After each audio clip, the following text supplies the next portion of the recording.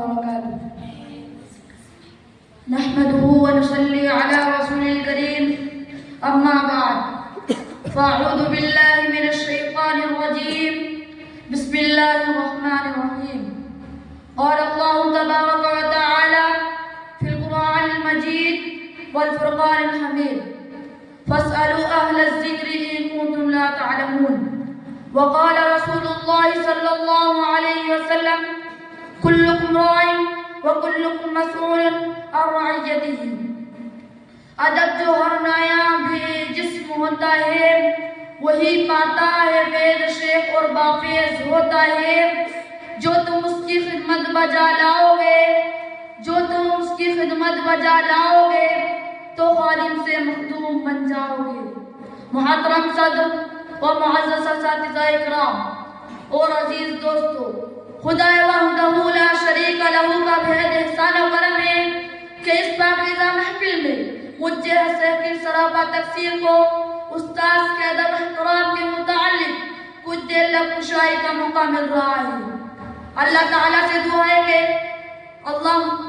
دعا کرے کہ اخلاص کے ساتھ اصلاحی باتیں کہنے کی توفیق نصیب فرمائے. آمین. حضرات، ہم لوگ حصول علم کے لیے مدرسہ اشرف العلوم سسنیر کو آئے ہیں اور الحمدللہ اس کی چہار دیواری اور اساتذہ کرام کی محنت و مشقت سے اپنے مشن اور مقصد میں کامیاب ہو رہے ہیں.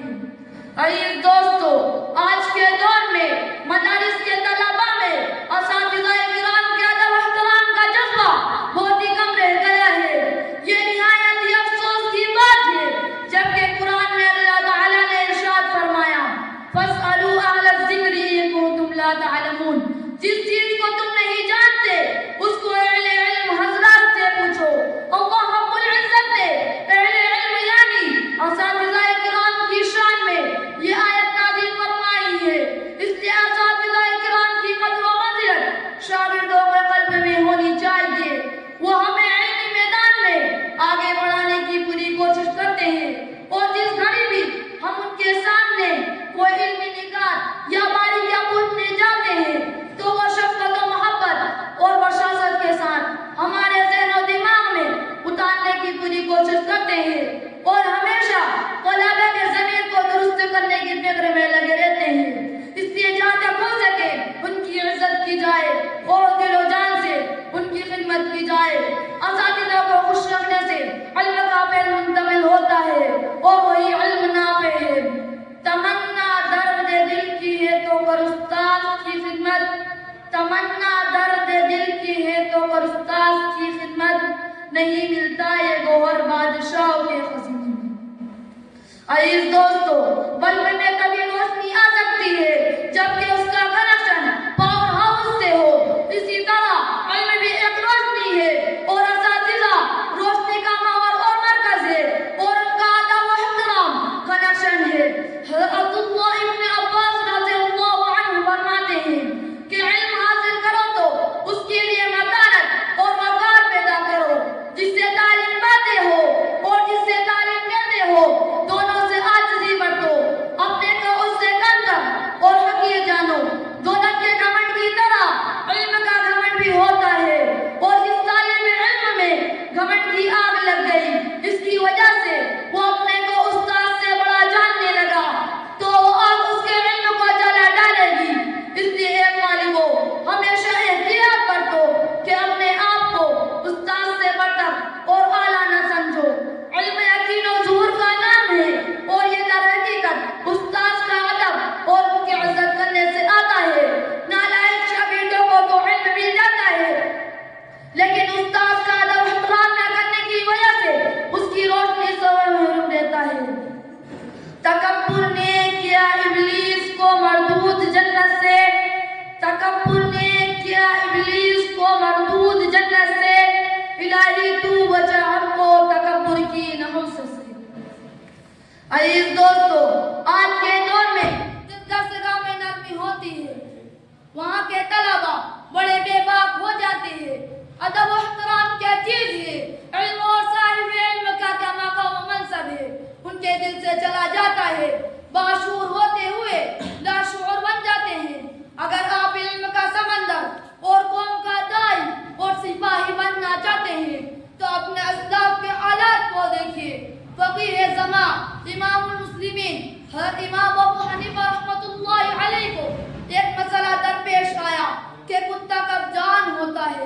بہت سے اہل علم حضرات سے پوچھا لیکن کوئی جواب نہیں ملا۔ گھر کی مہتر نے بتا دیا اس دن سے آپ اس جھاڑو کش کا بھی احترام کیا کرتے تھے۔ تو استاد کی شان علم میں کچھ کمی ہو گئی؟ نہیں، بلکہ آپ کی شان اور بھی نرالی ہو گئی۔ اسی طرح مفکر اسلام حضرت مولانا ابو الحسن علی ندوی رحمۃ اللہ علیہ کا ایک واقعہ ہے کہ ایک دن ان کے استاد نے بغیر کسی قصور کے سخت پٹائی کی۔ حضرت نے وساطت کے ساتھ اس کو برداشت کیا اور استاد کی طرف دیکھا بھی نہیں۔ تو پھر زندگی میں اللہ تعالیٰ نے تصنیف و تعلیم اور دین کا جو کام لیا ہو تو ظاہر و باہر ہے، ہر فرمایا کرتے تھے یہ استاد کی مار کی برکت ہے۔ علی کرم اللہ وجہہ کا ارشاد ہے کہ جب تم اپنے استاد کے پاس جاؤ تو پہلے ان کو سلام کرو، پھر دوسروں کو سلام کرو اور ادب و احترام کو ملحوظ رکھو۔ خبردار، درس کے وقت کوئی نازیب حرم کرنا اور استاد سے پوچھنے اور سوال کرنے میں کوئی روک ٹوک نہیں۔ معلم کتاب و حکمت کا ارشاد ہے کہ لا علم کا علم سوال ہے۔ حضرت عائشہ رضی اللہ عنہا فرماتی ہے کہ انصاری عورتوں پر خدا کی رحمت ہو کہ وہ دین کی باتیں سیکھنے کے لیے سوال سے نہیں رکتی تھی۔ علم تلاش کرنے سے ملتا ہے اور سوال سے اس کی گرہیں کھلتی ہیں اور عقل و شعور کی دنیا روشن اور منور ہوتی ہے۔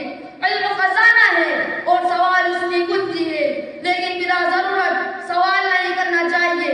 اسی طرح استاد کی جگہ پر نہ بیٹھیں، استاد سے پہلے بولنا شروع نہ کریں، درسگاہ میں اپنی آواز بلند نہ کریں۔